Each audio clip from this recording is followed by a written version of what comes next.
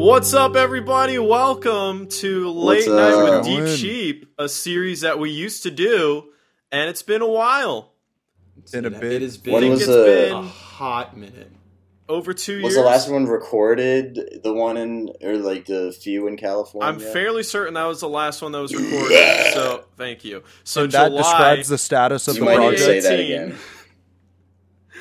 Which was a long time ago. ago. Over 2 years ago. I was like so much younger 2 years ago. Dude, you were like, you were like 14? 2.5 like years younger. Eternity. Connor, it's gonna be your birthday in a couple weeks. How do you feel? Dude, I am. So I have a really cool story to tell you guys that happened on Halloween. Oh man, Connor, you just got baited. Dude, I actually got really excited. You got baited, man. I'll let you I felt really good. How are you gonna take that from him, Chris? What the fuck? I'm sorry. What the heck? Before you start your actual story, I would like to say that it feels weird that I'm no longer going to be a teenager. Like jumping into the world of 20s is like crazy. It hasn't really like hit me though. Like it doesn't feel like anything's actually changing. Well, generally speaking, the ages don't hit you. They just kind of they're a bit more nuanced than that. They just kind of happen. For me, it was when I was younger. Jesus Christ! What happened to your mic? I don't started know. getting really loud. I don't know, but I saw that reflected on Audacity. That's pretty fucked up. I don't know what that is, but anyway.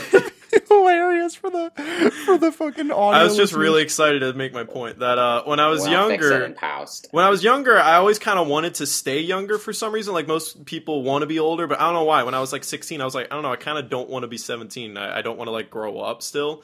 But then, and I always felt like I was younger. Like even when I turned 18, I was like, I still feel 17. But lately, I've always felt older than I actually am. Like I thought I was 23 for like 9 months before I actually turned 23.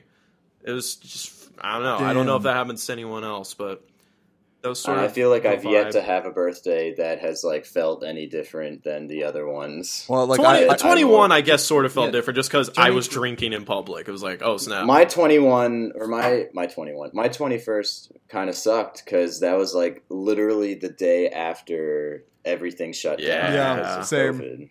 Yeah. So, well, not. What do you mean? Not like same? Not like same. Explain not like to me how that would ever Spencer's make sense. saying that March 17th, one, you're not even 2020 yet, was a bad day for him. Okay. No, but it was like both. Look, Whatever. My birthday is so very close because to audience, my birthday today, big drinking day.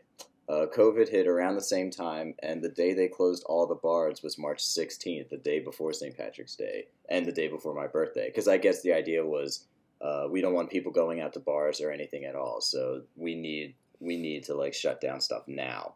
So my 21st birthday just consisted of me just having like one beer at my dad's house. That sucks. See, literally, next time you visit, we need to like officially celebrate it. That's true. Yeah, we gotta make up for that. What if there was like something in the space-time continuum that said that if Camden actually had his birthday, and Camden actually went to the bar that night, then the crisis would have been completely averted. Or wait, what? The crisis already started, but me going to the bar would stop it. Yeah, somehow like you know what? Camden's having a good time. Let's stop.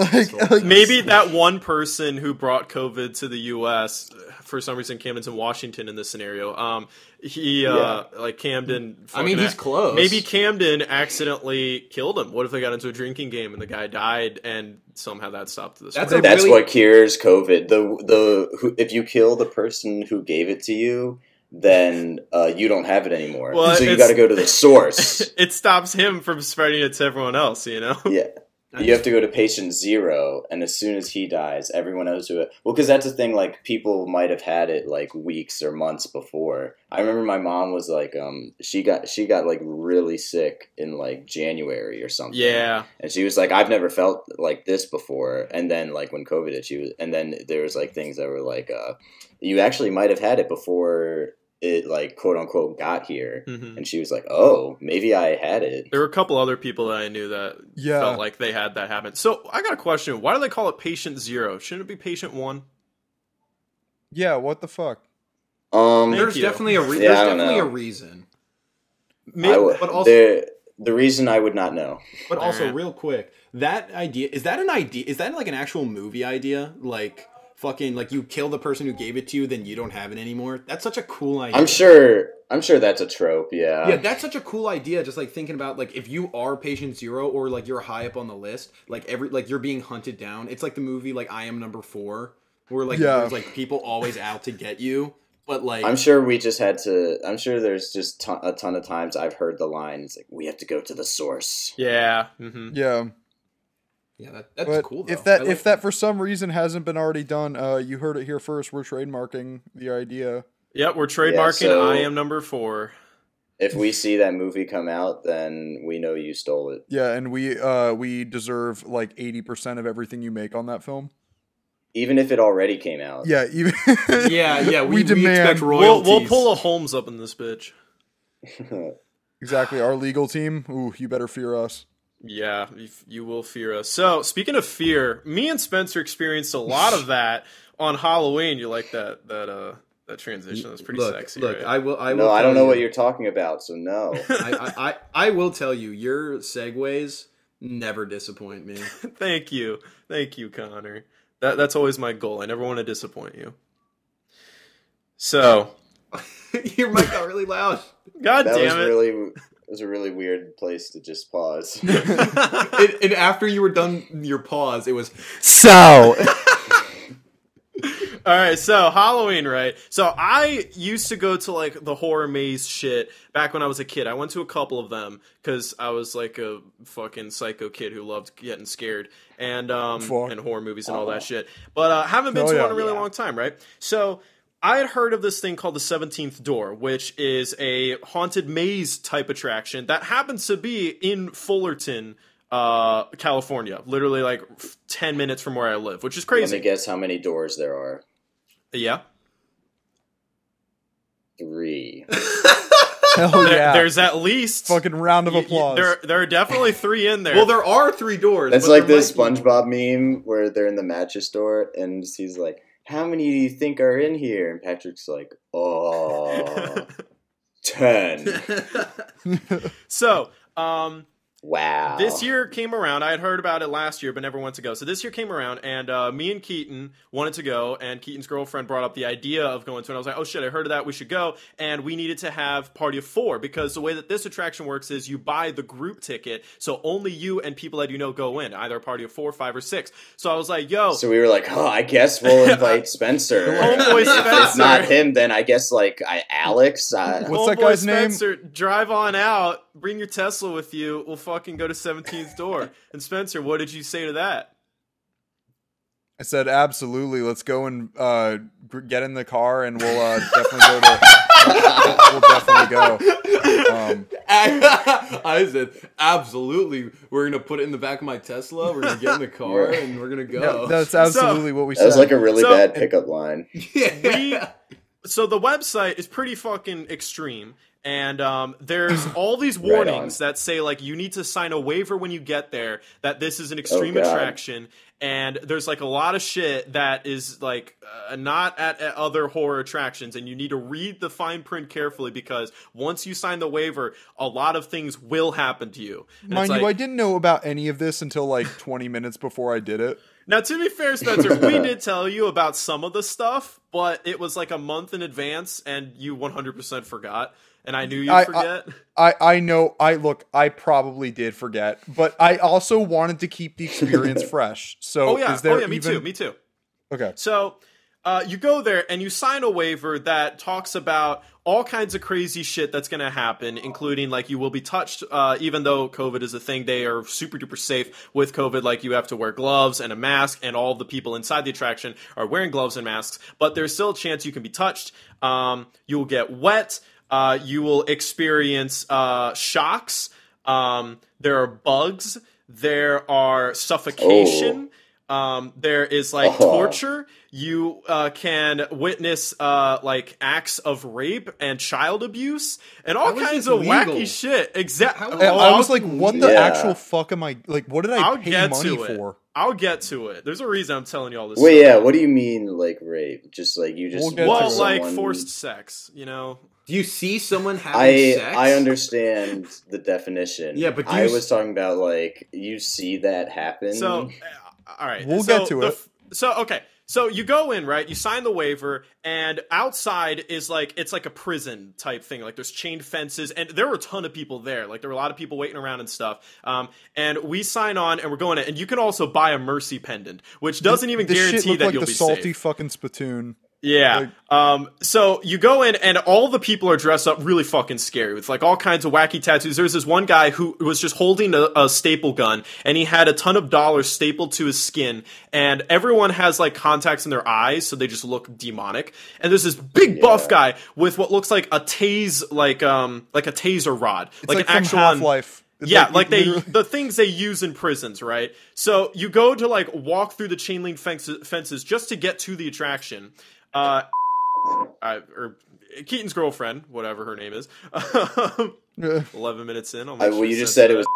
So. All right, thanks. Did you forget that her name was? I forgot her name was. Thank you for reminding me about that, Camden. Well, it's. Oh, okay, all right. So right. Yeah, what is she goes stop saying her name, that's gonna be so much censoring. She goes in and the guy's just like, welcome. It's like, all right, Keaton's in front of me, and the guy goes, welcome, and he tases Keaton's ass, and Keaton fucking jolts, and I'm like, oh shit. And I bet he liked that. And I'm thinking in my head, he's gonna fucking tase me too. And the guy goes, welcome. He tases me. It fucking hurts. It's like an actual fucking taser. And then Spencer's behind me. He, of course, tases Spencer. And I'm thinking in my head, like, oh, God. I turn around. Spencer, what happened? Okay, so this fucking guy, the moment I walk in, he looks at me and goes, man, like, don't you hate being last? And he fucking tased the shit out of my ass. He tased this thing. It was like a cattle prod. And started hauling ass, chasing after me. And I'm literally like full tilt sprinting it, trying to get away from him. And this was a fast dude. So when I turn around, I just see Spencer bolting it, and this fucking guy right behind him, holding the taser thing, tasing the air behind him, chasing after him, laughing maniacally. It was the fucking scariest thing ever, and I was literally full tilt sprinting with all of my might. We're outside. We're not even in the attraction yet, and we're already getting tased and shit. Immediately. And then, of course, Keaton and his girlfriend don't fucking run. I'm like, guys, we gotta run. He's right behind us, and they don't fucking run. So anyway, we get to the attraction, and they warn us that, like, we need to follow the directions, and there will be people telling us what to do, and we need to move quickly, and there's, like, no stopping. It's like, all right, got it. We go in. And, of course, there's, like, the classic haunted house shit where it's, like, people pop up out of nowhere and, you know, do really loud noises and go, bah, and all this crazy shit. And, of course, it's, like, pitch black dark, and it just feels fucking creepy. It feels like you're in a prison. And, the first thing that happens is, it was funny. So we line up, and this woman, they're all dressed psycho, so you don't know what to trust, because now this big guy tased us before we even got in. So I don't trust anyone. So this lady just says, it's like, all right, everyone, line up against the wall, blah, blah, blah, say these words. All right, now this button right here. I need someone to press this button. And I'm just like, all right. So I get up, and I walk over, like, let's do this. I press the button, fully expecting to get tased, and nothing happens. And she just goes, there we go, nothing happened. Go in. It's like, all right. So we go in, and the way that this thing worked is that you walk down a short little hallway, and you get to a door, and the door says the number above it of which number door it is. It's red. As soon as it goes green, you go in. The first room was nice and simple. You go in, and there's like a screen, and you see actors in there, and there's this woman being interrogated by this like head of the prison, and he's like torturing her and shit. And so that's where the whole like rape thing comes into play, because they like simulate like, oh no, he's like raping her, oh no, it's scary. And but then like the lights go out, and then like all of a sudden, boom, she's like right there in front of you, and it's like, ah. So it's like, okay, cool, this is like normal, right? But then it gets a little more extreme. So there's a couple more stuff like that where it's like, oh shit, this is like startling. There's this one area where there are a bunch of bunk beds, and we're just following this guy who's walking backwards, and the lights keep going out, but then like a quick strobe light comes on for like a quick second, and then it's pitch black again, and you have to just follow this guy. Meanwhile, all these people on the bunk beds are just grabbing at you, and they're all like cursing at you and stuff too. Like it's totally R-rated. It felt very violating. Yeah. And then there's a couple other rooms that are pretty easy. There's like this weight room where this guy, he's holding these heavy weights and he's just like, all right, think fast. And he just threw one at one of us, but it was like a toy one, so it's chill. Then there was like the shower room where you had to avoid getting wet. That was saying like, oh, it's poisonous. So it's like, okay, this is easy, right? Then things start getting a little more extreme. There's this one room you walk in, and you just see headlights in the distance. It's a big, long hallway, and it looks like a truck. And the guys, they're all, like, really aggressive, and they're just like, get down on your knees! It felt like boot camp. They're like, put your hands behind your back. And you're right up against this railing, and you're facing the truck. And the truck starts up, and it flies right towards you really fucking fast. And it stopped, like, inches away from us. Like, if the track breaks, that shit would probably kill you.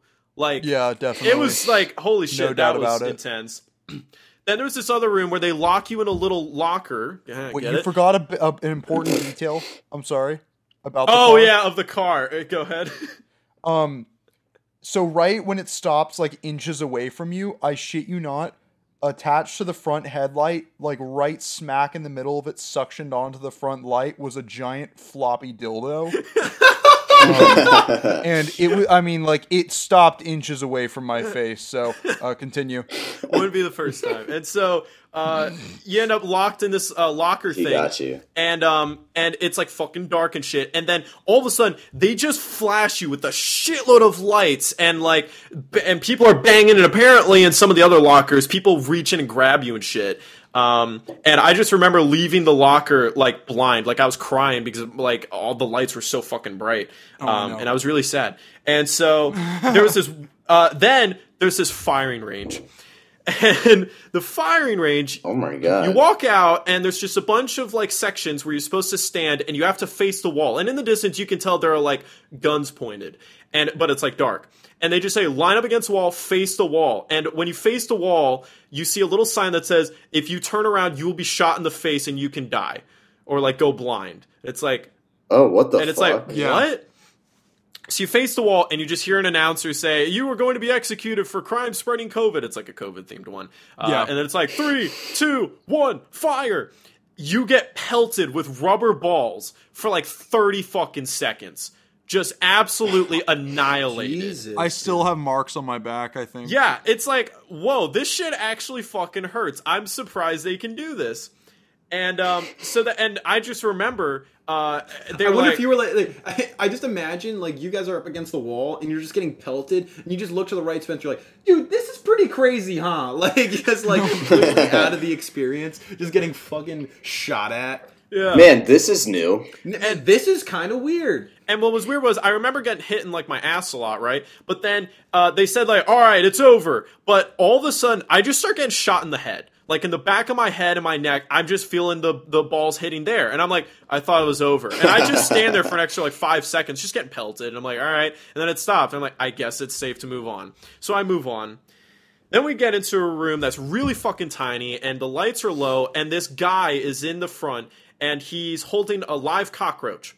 And and he's just slowly walking towards you. And Keaton's girlfriend was in the front. Of course, the guy was targeting her. And he's just trying to like push the cockroach right in her face. And we're all backing up. And my entire thought process this whole time was, this is boot camp. I am going to get hurt. Fucked up shit's going to happen to me. I just need to fight through it. This is a challenge at this point. Like, we were all so scared and just like holding on to each other this entire experience. Just like, we need to just get through this. And so I just keep talking it out like, all right, back up. No, let's not do that. No. And of course the guy then starts looking at me and he's pointing the cockroach at me. And I'm like, no. Then suddenly he reaches behind me, pulls my shirt, pulls out 5 cockroaches from his other hand and throws it right down my back.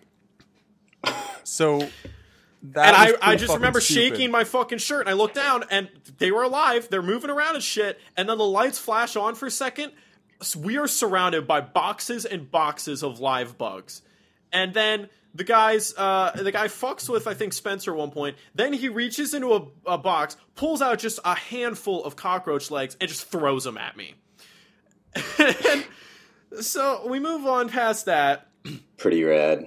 Yeah, we get into this other room, and the lady's fucking yelling at us, and she's just like, line up against the wall. We're like, all right. And then she looks at me, and she's like, get in the middle. And I can't hear her straight. I'm just like, what? And so I walk into the middle of the room, and she's like, no, the middle of the wall. And I'm like, you mean this? And she's like, the other wall, you fucking idiot. I'm like, okay, jeez. So I line up against the wall. This is the scary part. Yeah, and then these like big wires come lowering down and lock us all into place so we can't move.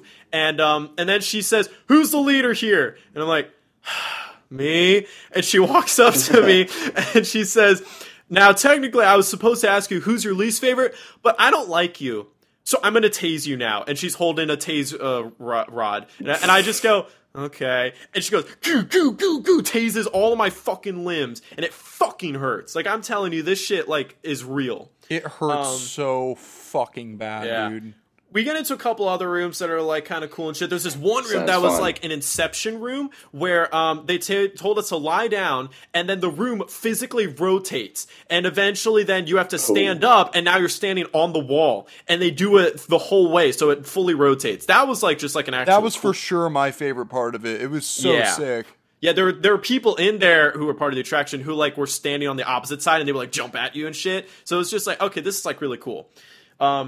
Then we get to like, can I just do that? Not like the house. And then this one was cool. So then we get out, and I just notice a ton of rifles lined up, and we're like, what? And we look across, and the firing range, there are new people there that are that are just regular people like us lined up, and the attraction people tell us, you're gonna shoot them now.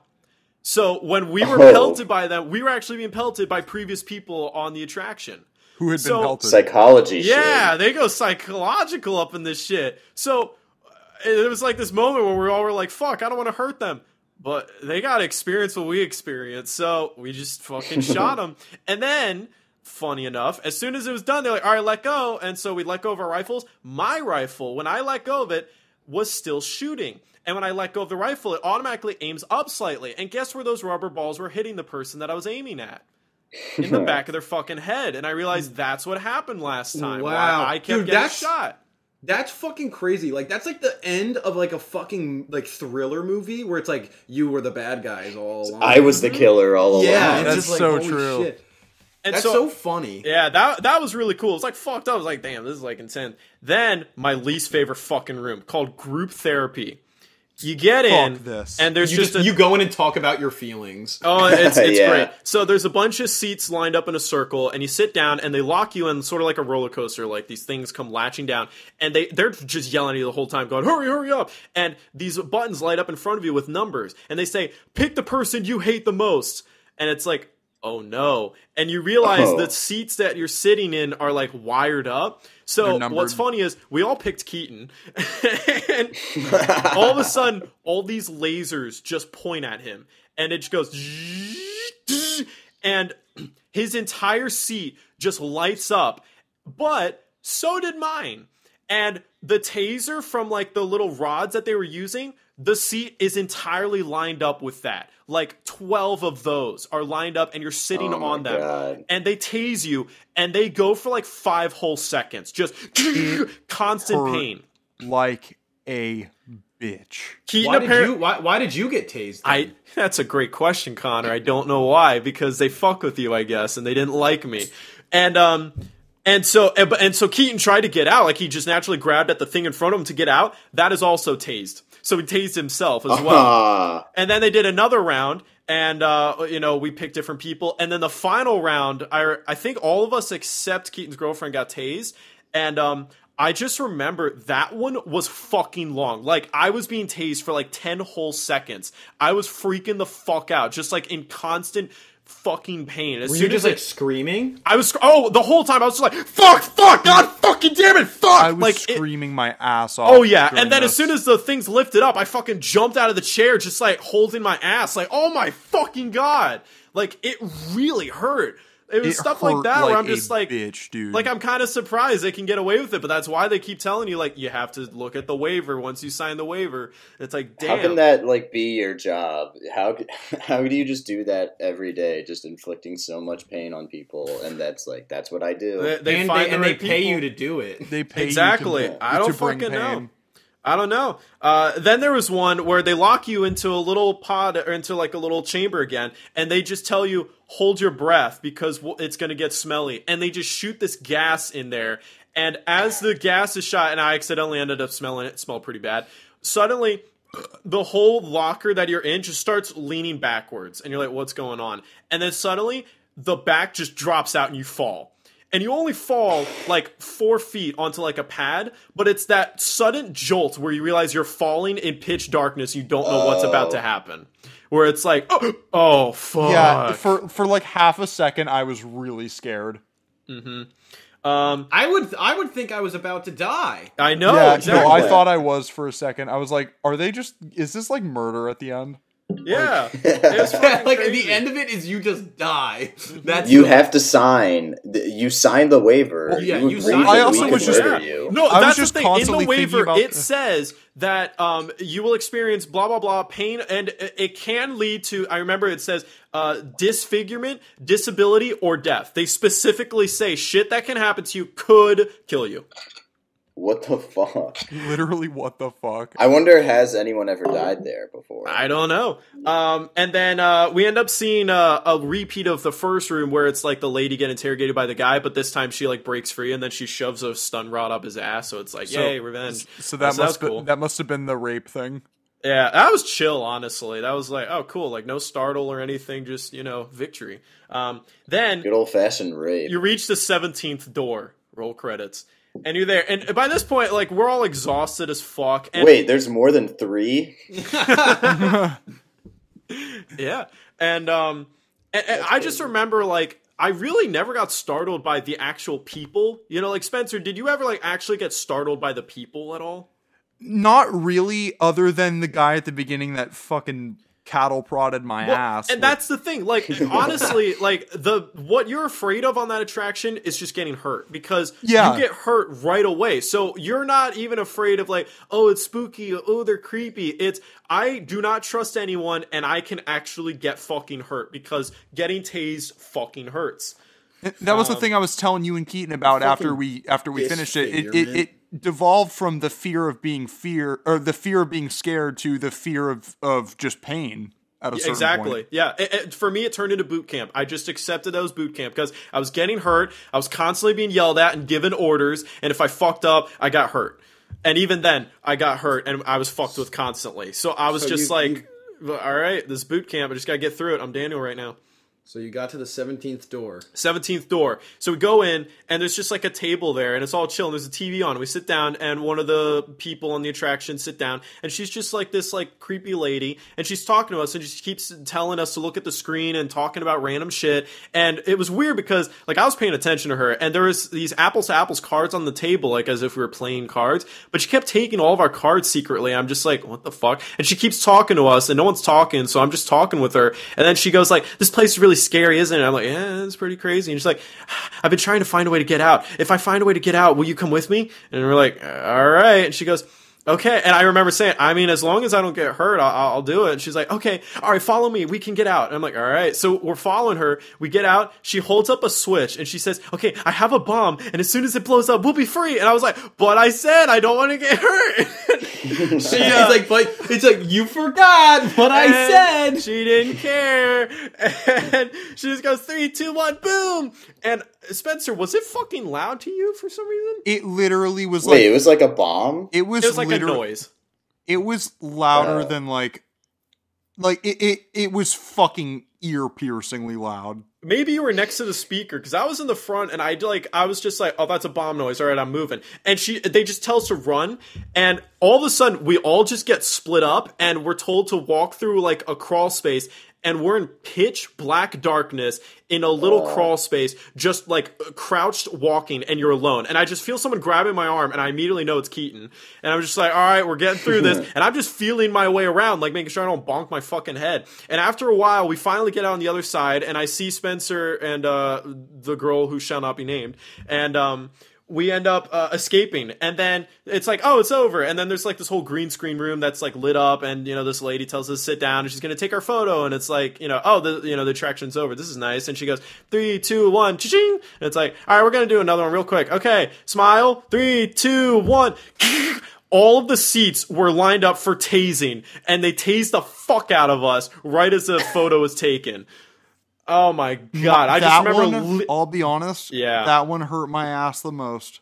It was it was a complete startle. I just remember jumping out of the fucking chair, just like, God damn it! I literally wanted to just scream, "Fuck off!" Yeah, and so then you leave, and then you're at the like main front of the attraction, like you can see outside and everything. And there's this lady who's like, "Here are the photos that got taken. Do you want to buy any?" And they're like the attraction, like the staple guy's walking around, the main guy from the beginning with the taser rod, he's just walking around, and we're all just like, "No, we're fine. We don't need the photos. We're leaving." And then goodbye. And then the staple guy just starts looking at me like, "So what was your favorite part of the attraction?" I just remember going, all of it. Yep, all of it." And he was like, "Really? Okay. Well, what did you like getting hurt?" And I'm like, "No." And then we just fucking leave. Yeah. So that's fucking crazy. Yeah. All that guy wanted was an answer. So Camden, would you ever do that? It was fun. I was thinking when you were like, I just decided this is like boot camp. I was like, I think I would rather do boot camp. Yeah. No. So would I. That's the thing. I think I would rather join the military. Yeah. Than do that. I personally hate haunted attractions, but what's actually really fucking cool is, in my senior year of high school, one of my kids in my broadcasting class got us like this fucking job to go to Field of Screams, which is like a haunted like fucking attraction place that has like a whole bunch of things. Has like a hayride, multiple haunted houses, mazes, shit like that, right? I've been there. Yeah, they hired us to make fucking commercials for them. Oh fuck yeah! And it was really cool actually, because, well, for one, not the biggest, like, I mean, I'll do them, like, I'll do a haunted hayride and shit like that. Not what you just did. I will never do that. That's the thing, like, 17th Door, like, I never want to do it again, but at the same time, that was a once-in-a-lifetime experience. Like, I will never forget that. I think if you substituted It was funny that Chris read the paper and was like, that was just such a Chris thing. It was just like, you could die? Okay. Well, and that's the thing, like, because we did that, right? And I bought the tickets. Like, I made sure, like, because they sold out really quick because it was Halloween, especially. So we had to buy them like 2 weeks in advance. So I bought the tickets. Fucking Keaton had been reading the waiver, and suddenly a week after it's like 2 days before Halloween, he's reading it again, and is just like now realizing, like, wait, what? And he's just so fucking scared. And he's like, but we could die. And I'm like, dude, I spent $60 on this ticket. If I get hurt, that's what I paid for. Like, I'm doing it. If I die, that's what I paid for. I'm doing it. I'm getting my money's worth, and I think if you substituted me and Camden in there, we wouldn't have made it though. I would have put the mercy badge up immediately, dude. Like, I would not have made it through that. And that's the thing. You can actually. Oh wait, there's a mercy badge. Well, you can buy it, but it's before you get into the attraction, and basically it means that you won't be touched, but it's only like 90% effective. The other thing is that during the attraction, you can say mercy at any point, and you get to skip the room. But then everyone has to skip the room. And so we all agree, like, ain't no one being a pussy and saying mercy. We're getting through this together. So what's crazy about when I was at Field of Screams, and I think this is like a once-in-a-lifetime opportunity, because me working there, we got to go there before they actually opened for the day. So we were there, like, in the early afternoon. And it was cool because we got access, like, we got these, like, badges and shit, and we got access to where, like, the cast members go to eat. So we got a whole bunch of free food. Like, we were, like got, like, cookies and fucking, like, we got, like, there was, like, tons of shit there, right?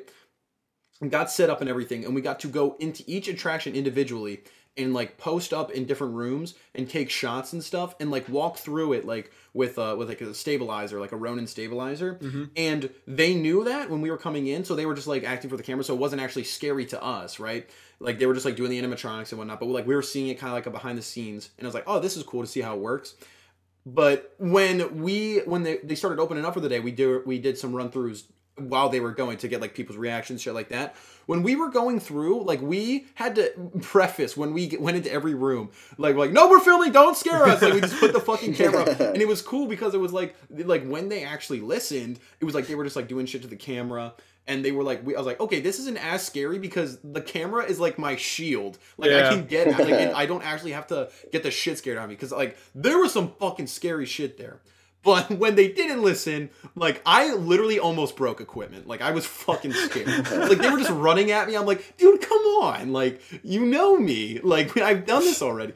And what I think the coolest part about it all, actually, like, the haunted hayride, we got to walk the track just, like, like in the mud and shit, and like go into this barn where like normally the hayride comes in, the door's shut on both sides, and then fucking crazy animatronics come out, people come out with chainsaws and shit, like you get trapped in there. When we went in there, just like me and my friend your friend that shall not be named. Yeah, that's his name. Yeah, me and my friend. He died. Oh, what a bummer. Like he never made it out. Rest in peace, my friend. Yeah, no, but like anyway, we went in there, right? Door shut, and we're just sitting there with our fucking stabilizer, and I'm like, wait, are they gonna do anything? And it's just silent for 10 seconds. I'm like, are you? I literally audibly said, I'm like, are we gonna start? It immediately started as soon as I said that. It scared the fucking shit out of me. My friend dropped the fucking camera in the mud, and I was like, oh my god. No. Dude, and we're like, oh, we're so fucked. Because we had to go back to the group, be like, and they should give the camera back. We're like, yeah, it's muddy now. Damn. It's funny thinking of, like, you get to see the cast members just, like, eating shit, and they're just, like, talking about their real lives, and he's just like, yeah, and my boss told me that I had to have the expense reports in on Monday, and I said, Martin, this is not why I got in the advertising business, okay? Dude, it's weird because when you're, like, eating with them beforehand, it's like, these are just normal people, but, like, when they're in it, they are fucking in it. Like, yeah, they commit. Actors are weird. Yeah, it was cool, because, like, at the end... I know, right? At the end, we were, like, allowed to just go through for free. Obviously, I'm like, you know what? I've been through these a couple times already. Like, I know what's going to happen. So we go in without the cameras. And when we went in, we're like, the one guy was like, Connor, I remember you. And I'm like, no, you don't. No, you don't. We just had lunch, dude. Yeah, dude. I was just like, dude, this is fucking, like, mind-blowing. Like, that entire experience. You're like, you don't know me. And she's like, then let me get to know you, damn it. It was fun. Like, that was the most fun I've had at, like, a haunted, like, attraction thing before. But I don't typically like them. Like, I hate when people touch me. That's interesting. Because honestly, like, after 17th Door, I don't really think regular horror attractions are going to affect me that much. I'm just going to be chill. That's true. I mean, when you're tased in the ass so many times, it's like you kind of feel like it can only go downhill from here. Like the sky. Oh yeah. Like I've seen it all. I felt it all in my ass.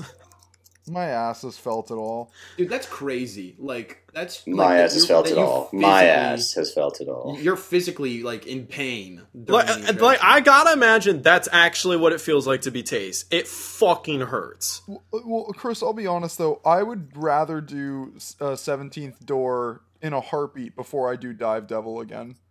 Really? Dive Devil's incredible. You feel no pain. It's a blissful, like 17th Door, you get no euphoria. Even when you're outside, when you've escaped the attraction. I get euphoria when they tase my asshole. Like, after we left, all I kept thinking in my head was, do I still have a cockroach on my back? And I remember taking off my shirt and there was nothing there. But we heard another group screaming because they still had cockroaches on them even after they had left.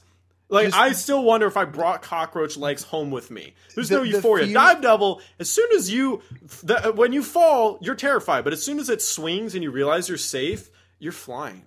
Dude. That image of just being at the top and looking at the hell that's beneath me is not worth anything.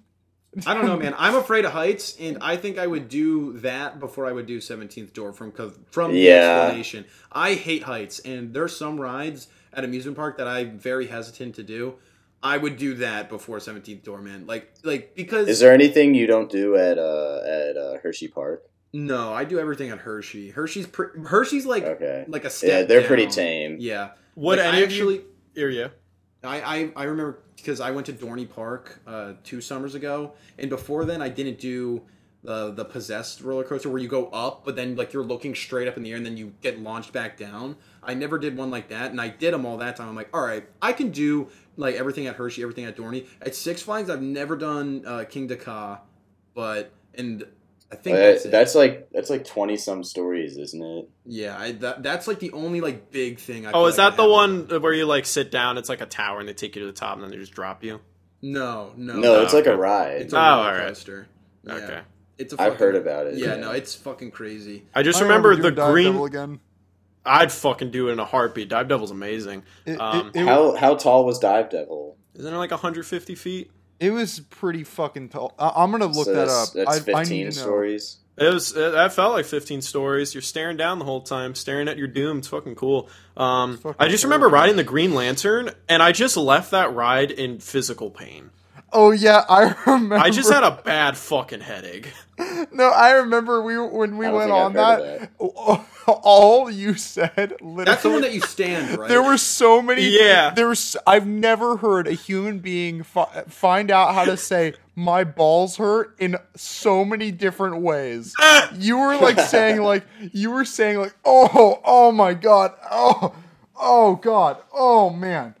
Holy fuck! Oh my god! Not once have you said. Not once has he said balls or anything. Because the way the ride works, as I think, is that you go, it goes down, cuckoo, then it goes cuckoo to the right, cuckoo down, cuckoo to the left, and you're standing the whole time, and then they rotate you around. So it's just herky jerky motions, and it just hurts your dick and head. I don't remember it being. I remember it being rattling, but I don't remember it.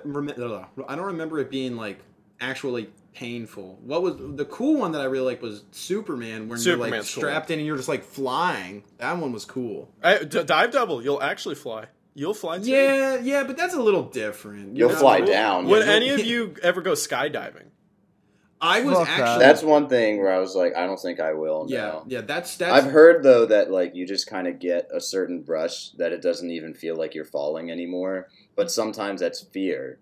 So it's I don't want to get to that state. Yeah, that's to me, skydiving to me is the most extreme thing possible. I don't think it can get more extreme than that other than going in space.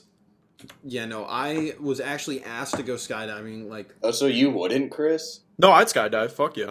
Yeah. I was asked a couple months ago actually if I wanted to go skydiving, and I'm like, you know what? Let me look into it. And I was watching because Will Smith does a video has a video where he talks about it how it's you're so scared until you're in the air, and then it's the other side of fear is pure bliss or whatever. I'm like, you know what? I'm gonna fucking do it. I looked it up. The tickets are fucking a couple $100. I'm like, I'm not gonna do it. I'd rather it's not even I think I could get to the point where I would actually do it in my life, but I didn't want to pay all the. It's actually. I'm thinking now. I'm like, what would I do first, skydiving or the 17th door, or whatever the fuck, the third door? Yeah. I think I would do skydiving first. I'm going to be honest. What's weird? I'm not sure. The way you guys are describing, that's the interesting thing. The thing that's crazy to me is that the way you guys are describing 17th door, it's this is the last thing that you would ever do. But in the moment, I did not see it that way. It was in the moment I was just okay, Chris invited me to something. I'm just gonna do it. But you didn't look into it. Yeah, I know everything that there is to know now. Yeah, listen, but if you're getting physically harmed, skydiving, it's either you there's no physical harm or you have the most physical harm because you hit the ground too hard. But you don't have to worry about that. Well, and you don't have to worry about that very long because then you'll be dead. And at skydiving also, you have a professional with you to make sure you make it safe. Yeah, right. Yeah, the professionals there are helping you. Yeah. Also, skydiving is a mental game whereas the 17th door was just we're gonna rape you. Oh yeah, that was what was. So you didn't answer the question. Did you just straight up see just sex? No, it was all fake simulated shit. It was a silhouette of somebody getting a fucking thing. That'd be funny. It's just Jenna, you're on rape duty today. She looks at me. I don't like you, so I'm gonna tase you now. All right, turn around and bend over. I probably would have done it. She's like, God damn it, I did that all Monday and half of Tuesday. Give me a goddamn break. Yeah, can't I be cockroach guy? Yeah, dude, how do you fucking pick what part you get at that place? I don't know. I just remember at the end when we were sitting down for the photos, when we thought the attraction was over, the lady was talking to one of the attraction guys, and she was saying, I think Fred is right there. And the guy's like, what? And she's like, Fred, he's right there. And he's looking down, he's like, I can't see him. And she's like, no, he's right there. And she pointed a flashlight. She pointed at a fucking cockroach. And he's like, oh, okay. And he picks him up. And I'm like, they have names? Yeah, I remember that. I was literally, fuck everybody here. Yeah, at that point, Spencer didn't say anything the entire time. And he's like, you know what? That's where I draw the line. Yeah. Don't give them fucking names. You do not name them. I don't know that I would definitely go skydiving, but I would only do it, you know, like probably once in a lifetime kind of thing, unless I like got wealthy. Then fuck it, you know, why not? But like, you know, for me, that's 17th the selling door point for you. If you get wealthy, you'll well because it's expensive. I want to do it once in my lifetime. The only reason I would do it more than once is if I could afford it. Basically, I want to do because there's a place by me called iFly, which is like I've done the one where they just like there's just air blowing up. And yeah, like where it's like simulating what the feeling is like. Yeah, my camp did that, but it was like the older groups, so I work with the younger groups, so I didn't get to do it, but I want to. I've done it before. It's pretty interesting. Because like I feel like if I do that, I'm like, okay, now that I know how it feels and how to like understand how that works, I just got to get past the point of where like the background falling. The background is not a vent, it's the fucking earth. Yeah. Well, to me, dive devil is skydiving and training, basically. Yeah, in a way. You get the falling, and then you kind of get the flying feel. The falling in Dive Devil is the scariest shit. Well, what's so cool about Dive Devil is that one of you has to flip the switch, so you decide your own fate. I don't think I could do it. It's a choose your own adventure game. Yeah, you either pull it or you pussy out. Skydiving because skydiving, it's like Dive Devil, you're like 150 feet up. So like the ground when you're falling, you're looking at the ground just moves so fast. Oh yeah. But when you're like way up in the air, the ground doesn't feel like it's moving that fast, so you don't feel like you're moving that fast. Yeah. I don't know, I'd definitely go skydiving at some point. That's crazy. Like, you flip the switch and you fall down. It's like a Telltale game, and it's like, Spencer will remember that. Like, that you fucking flipped it. Oh, yeah. I almost faked it out, Spencer. I almost went like, dude, I'm pulling. It's not working. What the fuck? If you had done that, I probably would have just fucking pulled it myself. Yeah. And like, it was on my side, so you'd have to you'd give me a reach around. I'd have to fucking reach around just to get us to safety. Reach around the cocks. I mean, point is, 17th door was it was an experience, man. That is very surprising to me that's a place that works. Oh yeah, I'm surprised. Like that's my microphone, dude. I was surprised. I was really surprised. Yeah, I'm just surprised they actually get away with that shit. But that's what the waiver's for. Honestly, though, like I really want to do one of those zombie escape rooms. Those sound I've still never been to one. I've done an escape room before, but I haven't done a zombie. Yeah, what's a zombie one? So a zombie one is there's a actor who's dressed as a zombie, and I don't know if they're all like this, but this is one that Daniel described to me. And he's chained to the center of the floor, and he's constantly reaching to try and grab you. And if he grabs you, you're out, and you have to leave the escape room or whatever. You're like dead. But every I think 5 minutes throughout the hour, his chain gets extended by like 2 inches or whatever, or like a foot maybe. Oh, so the later on into the room you're going, he can reach you farther, and he's constantly crawling trying to grab you, so you have to like jump around and like avoid him and shit. But you have to solve an escape room at the same time? Yepers.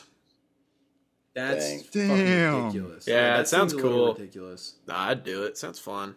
I mean, yeah, that sounds cool. No, it sounds cool. I'm just saying, it's just like the logistics. They must like not try at the beginning, because like I feel like if you pay that much money, it must only get fun for that zombie after like half an hour. Yeah, you can't. There's no way like you have to pay like however much it is for like escape rooms are actually a lot of money. Like I can't imagine you have to pay a lot of money, and then right at the beginning you're just like, all right, I don't know how aggressive this guy is. So I take a step forward, and he immediately swipes me, and it's like, God damn it, I'm already out. Fuck this shit. Like, you have to wait outside. Yeah, like, and then you're waiting in the lobby. Take long. You're waiting in the lobby, and you're talking to the fucking lady out there. She's like, God damn it. Like, can I get a second chance? Come on, put me back in. That'd be such a fail. A 5. No, we should definitely do at least an escape room next time y'all visit. That'd be super tight. That'd be super tight. It'd be fire.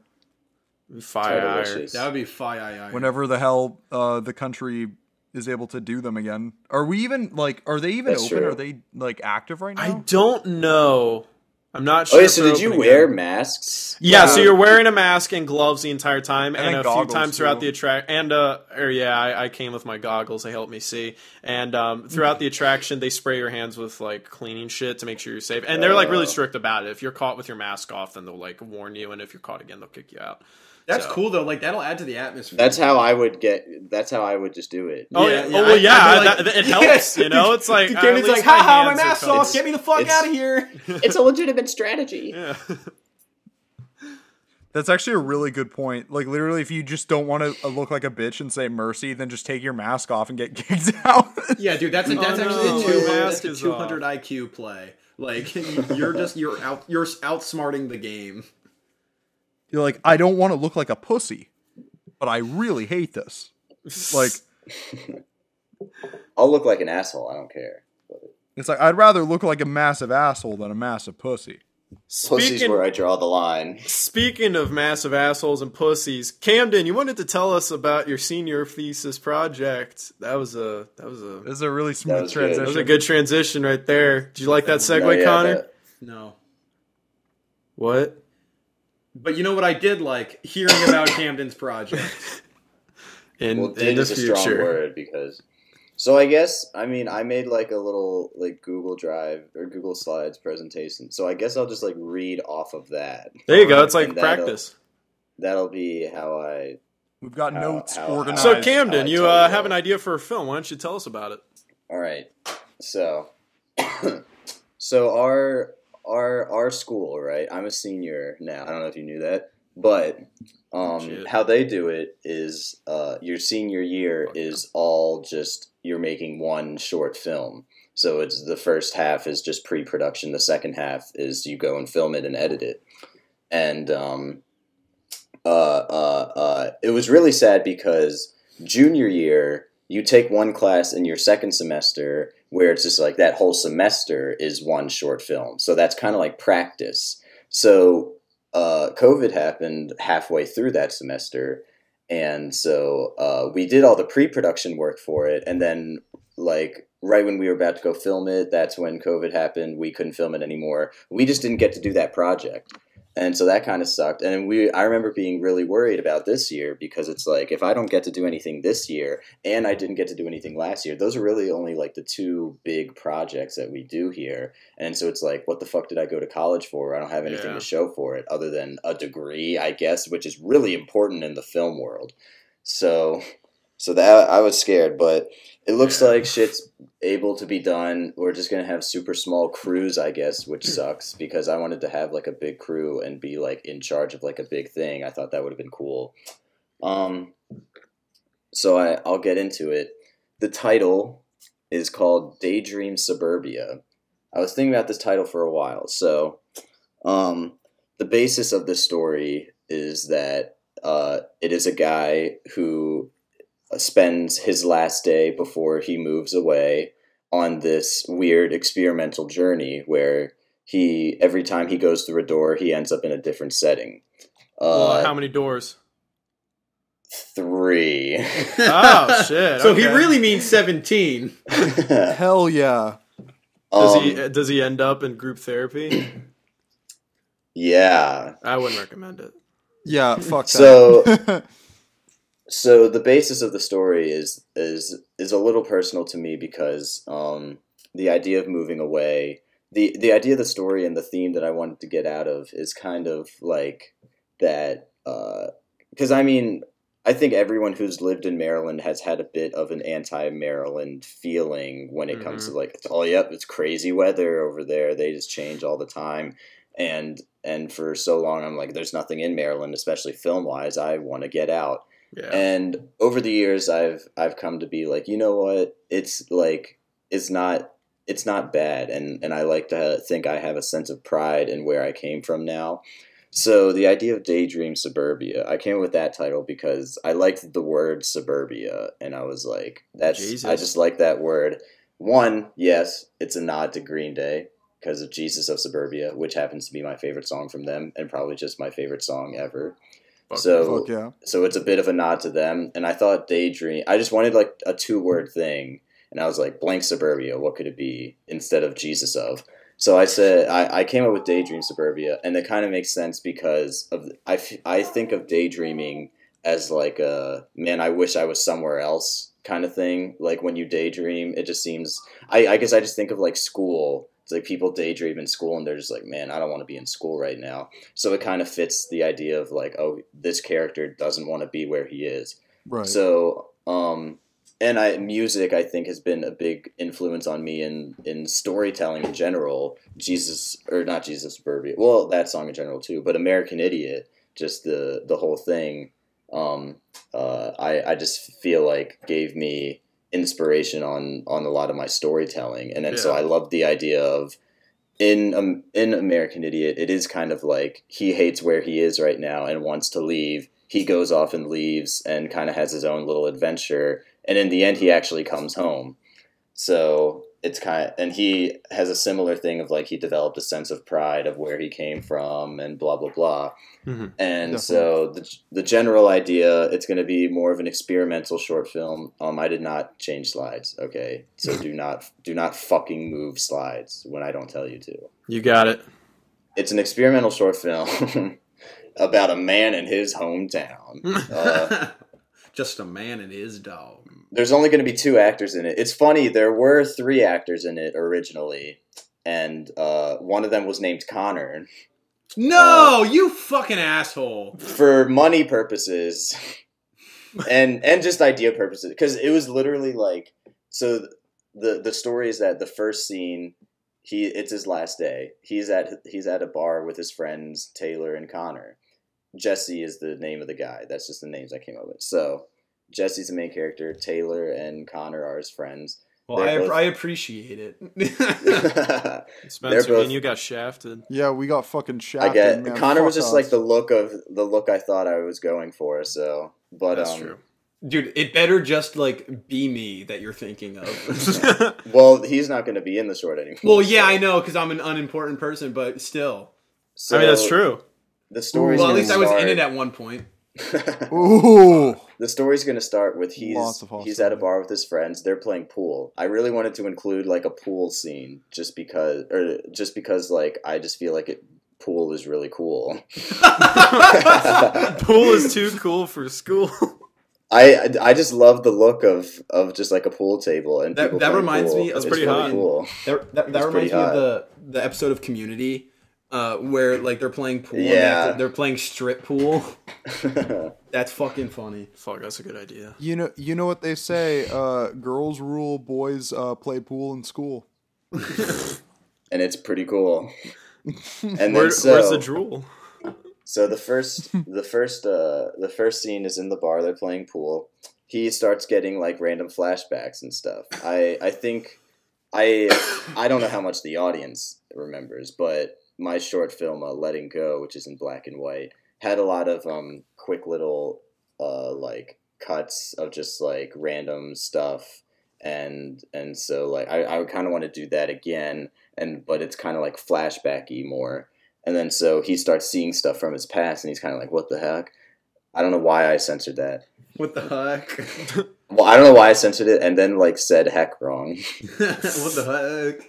So then he's like, I need to go to the bathroom, and like leaves and is like feeling all sick. And then when he walks to the door, he ends up in a different place, and he'll go to like a theater stage, and then he'll end up in like seeing a flashback of him and Taylor. So Taylor's the other important character. She's kind of the one who used to think like him, where she was kind of this pessimist who like one day just kind of grew out of it. And there's one monologue she has where she kind of like tells that story, and then that's kind of like the theme of the whole film is kind of like I guess just kind of like the way you think isn't like what is all that's out there, you know. It's kind of like you don't really know a lot about, because I just thought about, all right, I'm not explaining this well. I just thought a lot about how much of the world we really see and how little we actually know is like right in front of us, kind of thing. So sure, right. So I just like that message of like, well, maybe if you went out and looked more, you would find more things you like, kind of thing. So that's a big theme of what it's going to be. Filmmaking influences. There's a lot of influence from Paul Thomas Anderson. I told you all recently that The Boogie Nights became my all-time favorite movie ever. I've never seen that movie.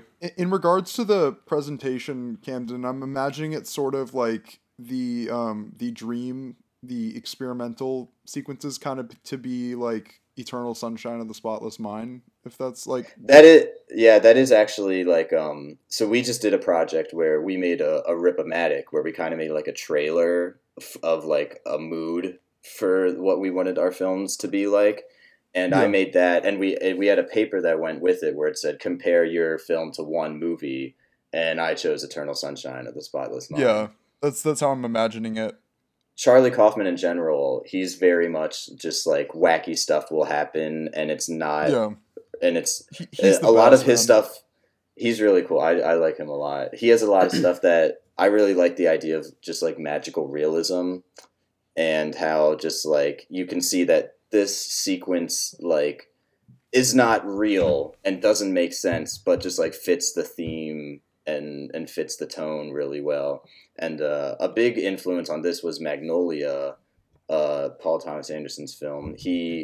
Basically that film is just showing the different stories of all these different characters, and they all connect together somehow in the end. And that was where it kind of like stemmed of just the idea of like magical realism, and I really liked that concept. So putting that together, other like references that of just like certain shots that I wanted to do, because a lot of this also stemmed from like, I just really want to like pull off this shot. I would think it'd be really cool to pull off something like this. So one of them is like Oneers, just like a long ass fucking. I've always loved those. There's a lot of good ones in Boogie Nights. I want to do a Zolly. I've always wanted to do a Zolly. Oh, dude, those are fun. In my presentation, I included the Jaws shot.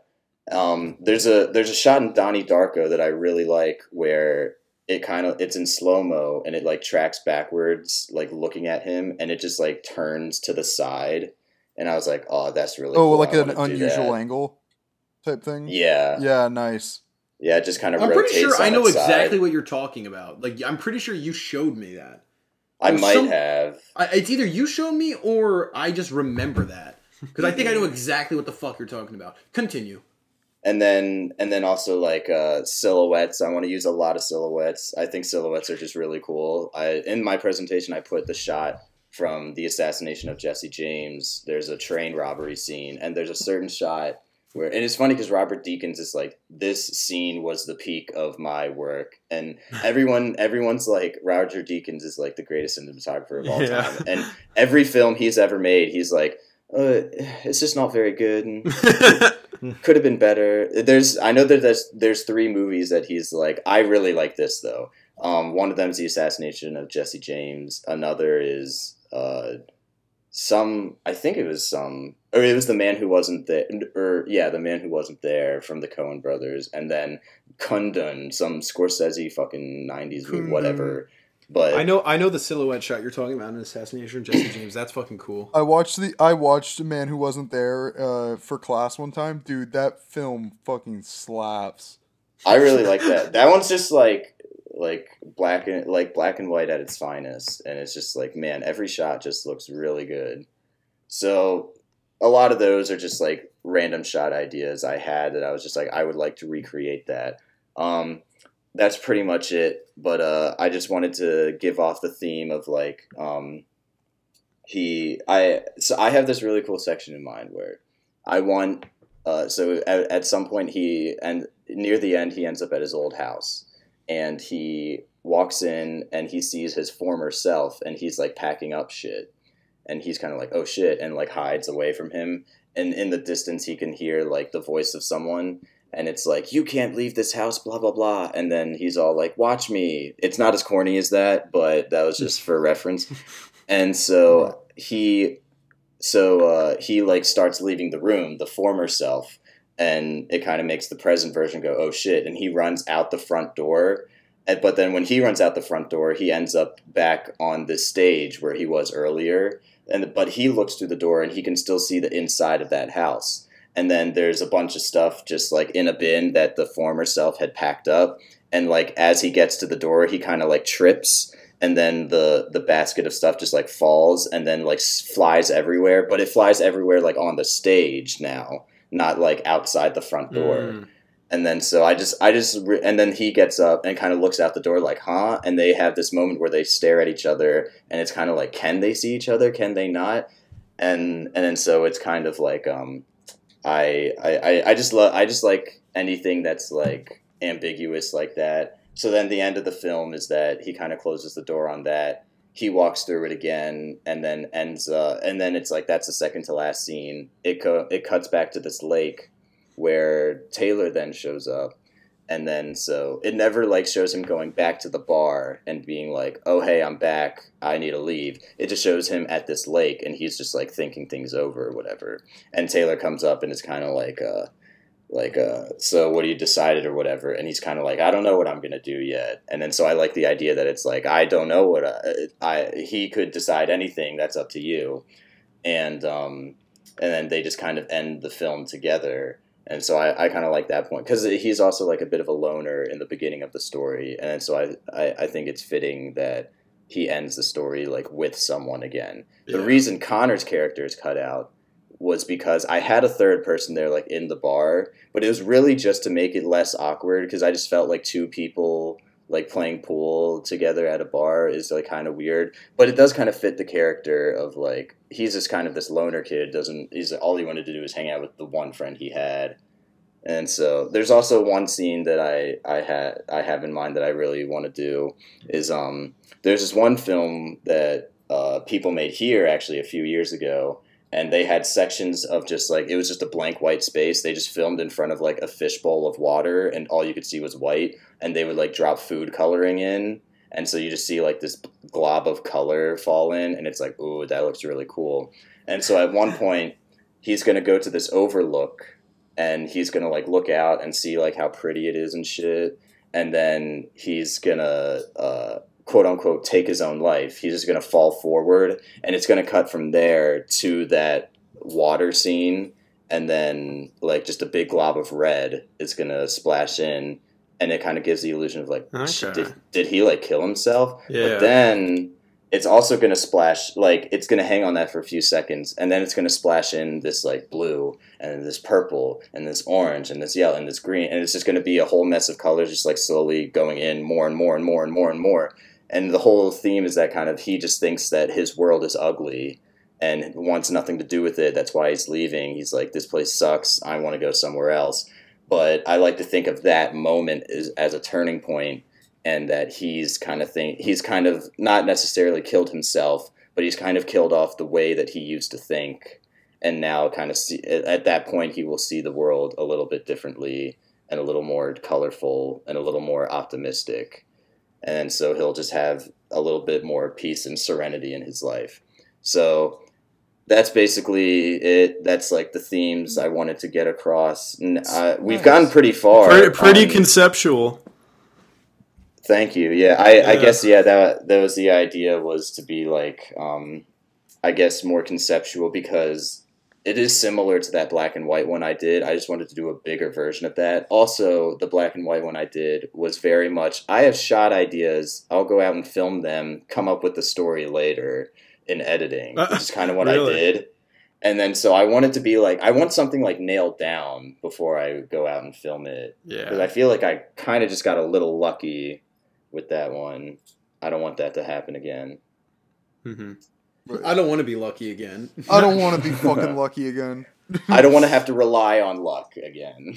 No, I got you. I'm actually very, very interested. Like that is a very intriguing concept. Yeah, it's hard for me to like visualize it. It's like no, like the way you were explaining the colors into the bowl and then saying like how he comes to this whole realization about how his world, he saw it as ugly but is actually beautiful and all that. I'm like trying to figure out how that's going to be visually shown and how I can like extrapolate that from the visuals. Yeah, you know, I think it will be hard. The next scene after that scene is he's going to wake up in this dark ass tunnel, and then he's going to be like, because it's like, oh, it's an ugly ass old fucking dark ass brown ass tunnel, and then and then he's going to be like, oh, where am I? Gets a lighter out, points it up to the wall, and sees like all this graffiti on it. And then so it's just going to be like, oh, a whole huge mess of color just like all over the wall. It's like, it's kind of like, yeah, it's this dark, empty tunnel, but it actually has all this in it too.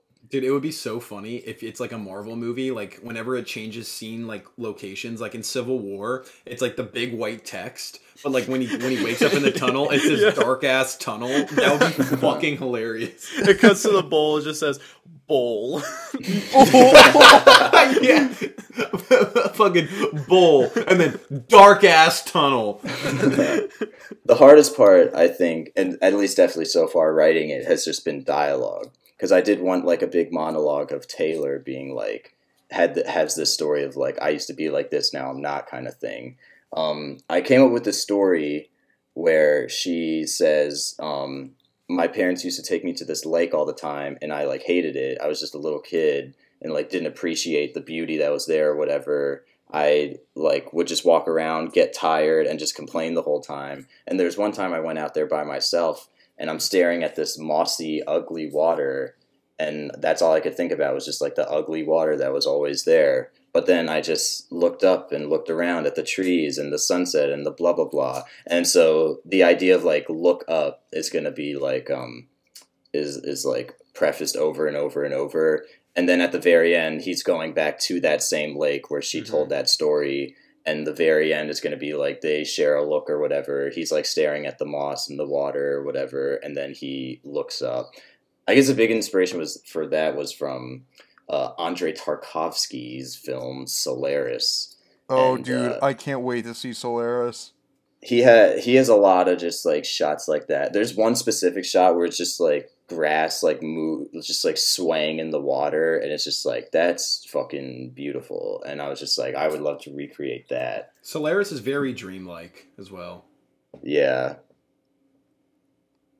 he is pretty. Have you sseen that, Connor? Yeah, I had to do a. Oh shit! I actually had to do a PowerPoint presentation on that movie last year, and that was like right after fucking COVID hit, so I had to like watch. Like it was originally like I would have to present it, which I was like, because I remember I had like an idea for like when I was making it, I was like, all right, so and like I had to like show pictures and stuff. I'm like, so as you can see in this picture, it's really, really very interesting.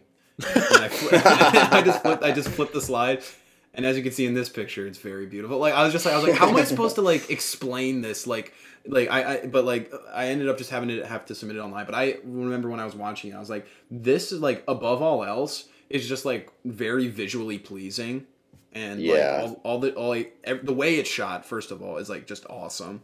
Yeah, his cinematography, I just fucking love. He's like one of my favorites now. He's just a very slow moving, very just like you have to be in the moment kind of thing. But his thing is kind of that like it draws you in and makes you feel more like you're there instead of watching a movie. But all of his shots are just incredible. What's really awesome about that movie is like that was one of like the few like films where it's like there's I don't know any other examples off the top of my head, but like I don't know if you guys have ever experienced this, but like there's sometimes like when you're watching a film and you're just like there's just like silence and like you like look around like the room for a second, like holy shit, like I was so in that I was like in that world. Like no, then, yeah, like, totally. If I look around, like I totally be like wow, like I'm like that, like I just got so enveloped in it that I like kind of like removed myself for a second to really understand that like holy shit, that's just fucking movie. Yeah, you like enter this hypnosis. Exactly, like that movie did that really well. Like I was very enveloped. All his movies are like that. I would think of Solaris especially though. It's just very, very. You just feel like you're there. It's also just a very, like inverted movie. All his movies are. It's very Russian. It's like, it is. just talking. It's just like makes you think about yourself and your beliefs and everything, and it just makes me think of myself as a person. I'm just like, oh my god. You know who really gets me thinking that like that is this isn't me. The person who gets me thinking like that as well is Ingmar Bergman. Like with Seventh Seal. With Seventh Seal, like that's like completely aligns with what you're saying with like the philosophical thing. Like like Seventh Seal is just awesome for that, you know. Yeah. I like him a lot too. I need to see more from him though. Yeah, I do too. Persona is like one of my all-time favorites. Oh yeah, dude. So. Well, do we have any last minute things to say before we wrap this podcast up? I'm good. I'm pretty good. We've covered pretty much everything. Mine went on a little longer than I expected, so. No, it's cool. It's cool to like hear a pitch of a movie. It's definitely like it's very conceptual, and I'm like, I don't know. It's just very interesting how like tastes change over time and stuff. Like I remember, yeah, that's true. You never were very into that kind of stuff when we were younger. It's very interesting every now and then just like hear the movies that you're into and stuff, and it's like, damn, like what you're talking about with like Kartovsky or fuck, I can't even say his fucking name right. Like I haven't seen. Switch the T and K. Okay, it's Three Doors, and so I haven't seen any of the fucking movies we've talked about tonight. So I'm just like, shit, I'm out of the loop. I guess it's just foreign. It is also just like I'll say it, like foreign movies, your films are a lot slower. Americans you're a lot more boring unless we got short attention spans. Yeah, unless you're Bong Joon-ho, and then like it doesn't even feel like a foreign film at all. Yeah, true. Except for the fact that they're speaking a different language, but other than that, yeah. Which I just watched Memories of Murder. That was pretty cool. Was that the one that you were saying is on Amazon now? Yeah, or it was Apple TV. See that, man. Apple TV. Okay, yeah, I want to see that. I rewatched Parasite again, and I was like, this is just like so fucking perfect.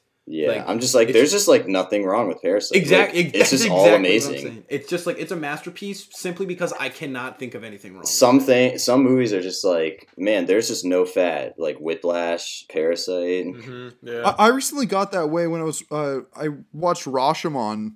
And I was blown away. That is one, yeah. I was blown away by like how fucking fast that film flew by. Like, I mean, it's already only like an hour and a half long, but like literally that film feels like 15 minutes. It's Kurosawa who's like very like I guess methodical. He's not as much as like Tarkovsky or whatever, definitely not. But he's more like straightforward story kind of thing. But Rashomon's also cool because like I know that they like took a really big chance with Kurosawa on that movie in particular, because that was a story that was very unconventional at that point, because the whole thing about Rashomon is kind of just like a few people are like locked up and they're telling the same story, but it all goes differently in their head. And so one, they kind of invented that. But they also, two, it's like, also that was genius. a big risk back then. It's also genius because it's like, it's like reflecting the idea that, life is told from different perspectives, and the details and the nitty gritty details of it that can influence one way or the other are really nuanced, that's what's awesome about it. If I could give advice to people, because I assume a lot of the people watching now just do not know about any of these movies we're talking about. Yeah. But if I could give any advice to them, because like I was saying before, sorry, foreigners, your films are boring. But you kind of have to accept the fact that it's going to be slower, or you're going to be bored a little bit.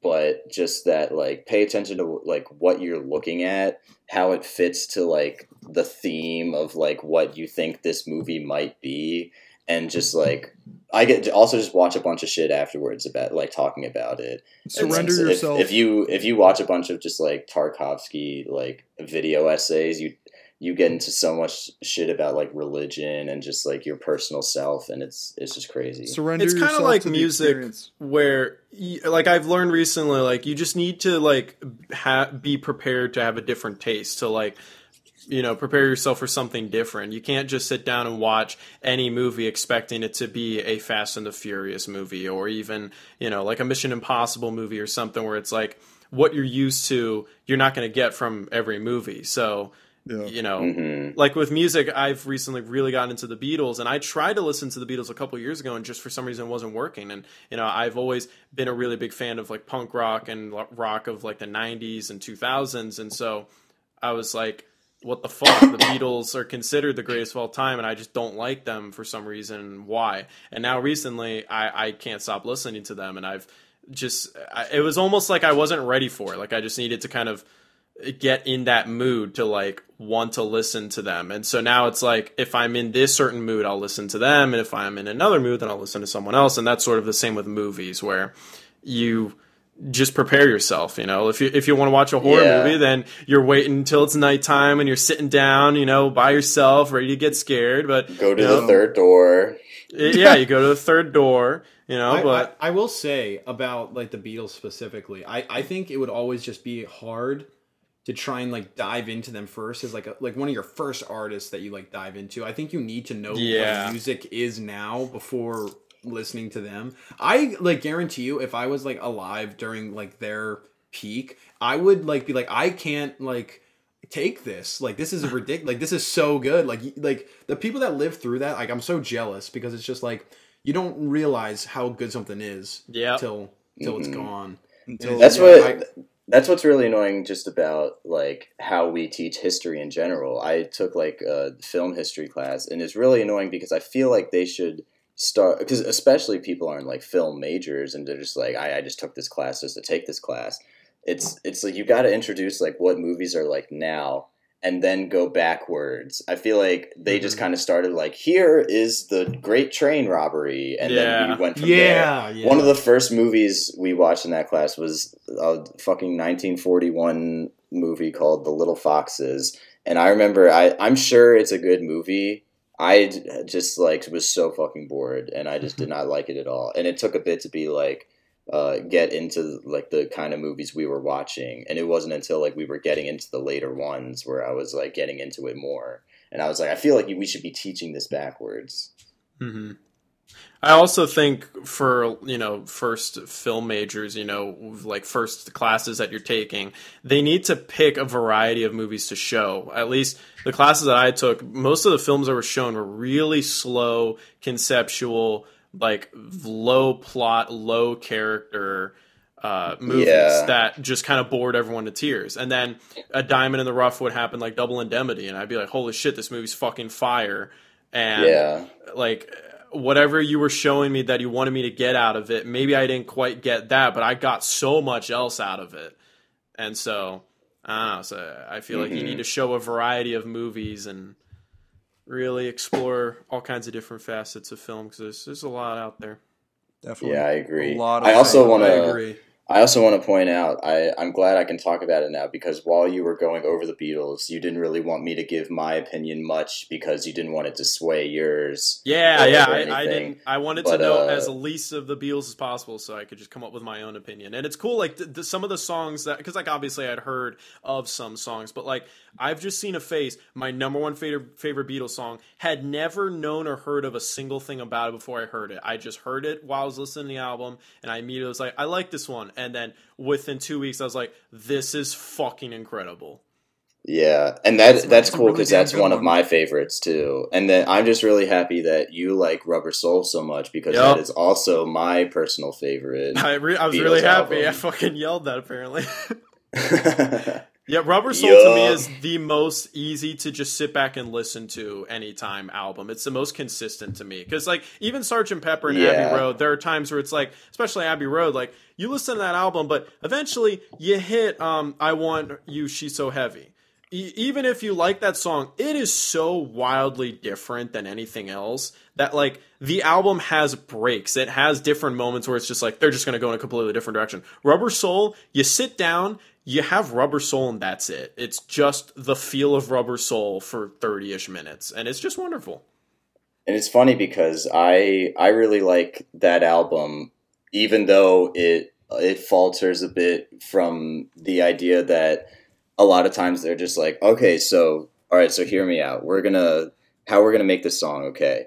We're gonna like start out with the chorus, maybe, right? Okay, and then get this, we're just gonna sing the first verse again. Yeah, Mac is like a lot like that, and well, it's I just find it fun. But it's like their musical style like really changed between like Help and Rubber Soul. The entire like first half of the Beatles, because usually the song structure is verse chorus, bridge, then chorus, and that's it. But Beatles, a lot of times they'll do either they might start with the chorus, or they'll do verse, chorus, verse, instrumental, chorus, and sometimes they just end on another fucking verse, and it's like, all right, go off. Yeah, I like in Ticket to Ride how they're just like, here's just like a brand new ass thing just at the very end. Yeah. I love how there's just like stuff to love from everything, like front to back on them. Mm-hmm. Yeah. Yeah, it's interesting. My favorite era of the Beatles, I call it the transitional years, is Beatles for Sale, Help, Rubber Soul. Like that era to me is my favorite. Mm-hmm. That is, I haven't talked to you since you heard Beatles for Sale. That is interesting that Beatles for Sale so much. One of my favorite albums. That's probably our biggest difference. To be fair, I haven't given it nearly as much of the time of day as like that was as a weird their thing. later albums or even their early albums, because they're like Please Please Me and With the Beatles. I'll listen to a bunch of those songs from there because I like them. It was just like the first few times I ever heard Beatles for Sale, I just didn't really like it. So I haven't gone back. I gave every album a fair chance with the Beatles. I've listened to every single album at least 4 times. And that includes the early stuff. My least favorite album, other than Yellow Submarine, is A Hard Day's Night, just because there's not a song on there that really stands out to me. It just kind of blends together. But I knew Beatles for Sale was considered one of the weaker albums, and I listened to it and immediately found a couple that I liked. And the more and more I listened to it, the more and more I'm like, honestly, this album's fucking consistent. Like, maybe if you start at Please Please Me and then you reach Beatles for Sale, maybe you won't like it because you're like, oh, this is just more of the same. But to me, it has a completely different sound than the first 3 albums, and to me sounds like the beginning of them transitioning to something more. And there's plenty to love on that album. Yeah, I guess I can see people when it came out, because they were like, all right, they've got Please Please Me and With the Beatles, a bunch of covers on that album and like some original stuff, and then A Hard Day's Night is like, dude, we're just making our album. Yeah, no covers. It's gonna be our own. And then they go, we'll go back to what we did before though. And I feel like people were kind of like, wait, what? Well, and the thing is, there's not many covers on that album, and in my opinion, I don't think there's as many. I'm trying to remember the covers, but one of them, Rock and Roll Music, that one's a banger. So yeah, it's a cover, that's just a classic song, banger cover. So see, yeah, because like I didn't really ever care for that album too much outside of All Follow the Sun, and like even 8 Days a Week. Like, you know, those 2 songs I think are like, extremely great. No Reply and Don't Want to Spoil the Party. Those are my 2 favorites on that album. Those are I need to listen to that album. Oh my god! I just remembered. I remember fucking at the beginning of this fucking podcast, I was going to say this. Fucking, I saw Almost Famous for the first time. Oh, really? I just rewatched Almost Famous. Dude, yeah, and I remember man. Yeah, and I remember you guys talking about it, and I was like, I literally know nothing about it. I knew nothing about it going into it. Fucking really, really good. Dude, it's such a damn It exceeded my expectations. There's like really funny moments in it. There's a scene where the main character's on a bus, and the bus is driving away, and there's this girl running after him, like talking to him through the window, and then she's like, she said she's gonna meet you there, and she just like runs into a wall. Yeah. And it was just like really funny. But I really want to make like a 70s movie, just like a 70s music about like, or 70s movie about like rock and roll music. I feel like that would be just like so cool. I think the cast was really good too. Yeah, man. Yeah. The main character I think was like perfectly cast. Yeah, and it was like, I heard, I don't know if this is true, I heard that, so like there's the one scene where the song Tiny Dancer plays. Like, first off, I really like that scene. Oh, of course. But, yeah, that one gets me emotional. But also, I heard that like that really popularized that song. Like, it was like not as popular before that. I don't know if that's true, but I heard something. I think what it was is that like it popularized it in kind of just like modern media. But I know it was like a big song back then. Like my parents talk about how like, oh, Tiny Dancer was huge back then. Maybe it just like kind of fell off and just like came back because of that must be, because I remember reading something like that and I was like, that's pretty cool. Yeah. Yeah, fucking very, very good. And it seems like that, like, it's weird because it feels like that movie could have been made like in like the 80s or something like that. It feels like it's like it fits the time frame very well. Like it was like made right after this whole time period. Basically. It's always cool when they make a period film that like feels like it was actually made back then. Yeah. Like First Man definitely was like one of the more recent ones I thought that did that well. I remember at holy shit microphone. I remember at Art Center there was a guest speaker, and they showed a movie that he made, and we were watching it, and I was like, oh, okay, this is like a period piece. Got it. This movie feels old. Holy shit, it actually looks and sounds really old. This is like 60s or 70s. How the fuck did they do this? The quality, oh my god. And then I see like all the actors, I'm like, the people look like they're from that era. What the fuck? And then at the end, they show the guy and he comes up on stage and he's fucking old. And I'm like, wait, so I'm confused. And wait, this was a play or a movie? It was a movie. It was a movie. And I was just what was the movie? Holy shit, microphone, calm the fuck down. Jesus fucking Christ. Hello, microphone, hello. You're good. You sound normal. Alright. Come on. But anyway, and so we finished the movie, and I'm just like, I turned to Keaton, and I'm like, dude, I'm shocked that movie was made nowadays. That looks exactly like it was from, like, the 70s. He was like, no, and then I remember seeing in the end credits a copyright, like, 1971, and I was like, oh, I felt like a fucking idiot. What movie was it? Dude. That's it for this podcast. Thanks for listening. Is the name of the movie. But yeah, so that's the end of this podcast. Thanks for listening. No, in 1971 classic. Yeah, the movie's actually just radio. So it was actually just dude. Like that's it, just dude. Dude. That was a very successful discussion, though. Yeah, hope you learned a lot. Over a whole lot of shit. Yeah, we talked about a fucking shit ton of stuff in this podcast. We did. But it was enjoyable. It was enjoyable. We should do more of this sometime. We gotta get Robbie on here. Yeah. He keeps talking about how he's had 4 concussions from wrestling, and I just want to hear about that. I need to hear all the nitty gritty details about He's like fucking swole now. He's got long hair, looking like Jason Momoa.